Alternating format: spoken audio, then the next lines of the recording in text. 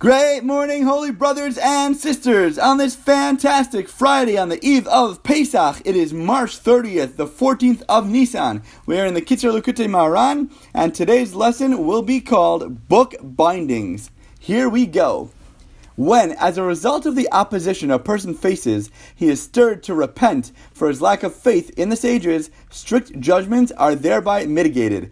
Any place where there exists any kind of constriction of God's loving kindness or any strict judgment, they are all mitigated through this.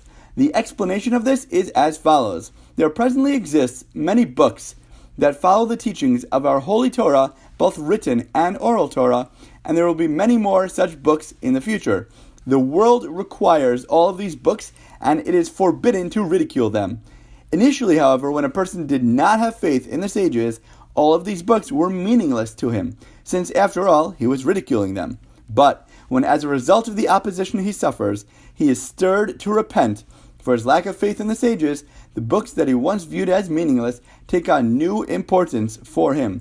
Remember, any time that we get a lesson we're taught, we have a criticism, or somebody comes and mocks something that we're doing, we have to understand that everything in our life is a message from God. What are we supposed to learn and take away from it, and how are we supposed to get better from it?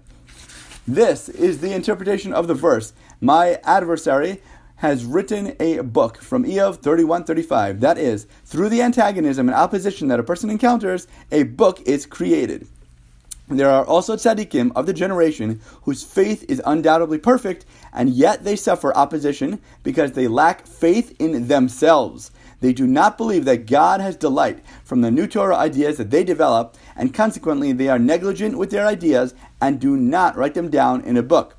For a person who is worthy of developing original Torah insights and whose intention is for the sake of heaven also needs to have faith in himself, believing that God has great delight from his Torah ideas.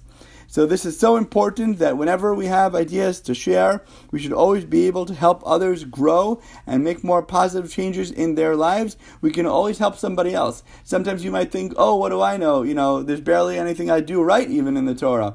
But if you know Aleph, you know Beis, there's always something or somebody else that doesn't even know that. So you can make a huge influence on their life. See what you can do to help others and be positive.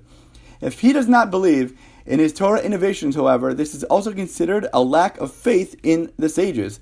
As a result, he too will experience opposition, which will induce him to repent, and then his new Torah insights will take on greater import for him. Such a person will again start developing new ideas in Torah, and he will write them in a book, or he will send them in audio teachings, or on video on the internet, so he can send it out on social media, and everybody else can learn from those as well, especially in this generation. And in this way, a book will be made. Now, all strict judgments are mitigated through the intellect, which are called holy, as is known. And every strict judgment or constriction has some specific intellect by which it is mitigated.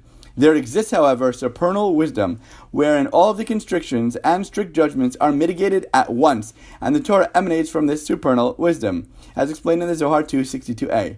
But the Torah cannot receive from this supernal wisdom unless the Torah is complete, and the completion of the Torah is the oral Torah.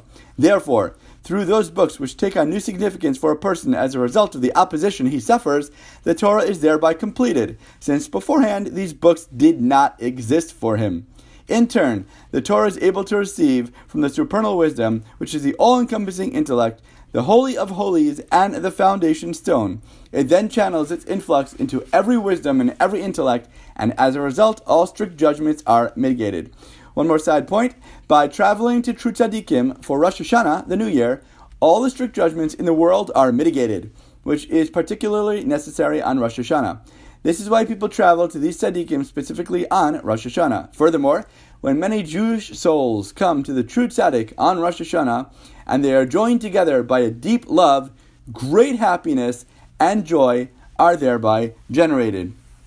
Thank you so much for learning together. I hope everybody's blessed with a truly amazing and awesome Dacious Pesach, and we should all be able to be together in Yerushalayim, in Eretz Yisrael, in Jerusalem, for the final and ultimate redemption. And because you hopefully enjoyed this lesson, please feel free to like, comment, share, and borrow.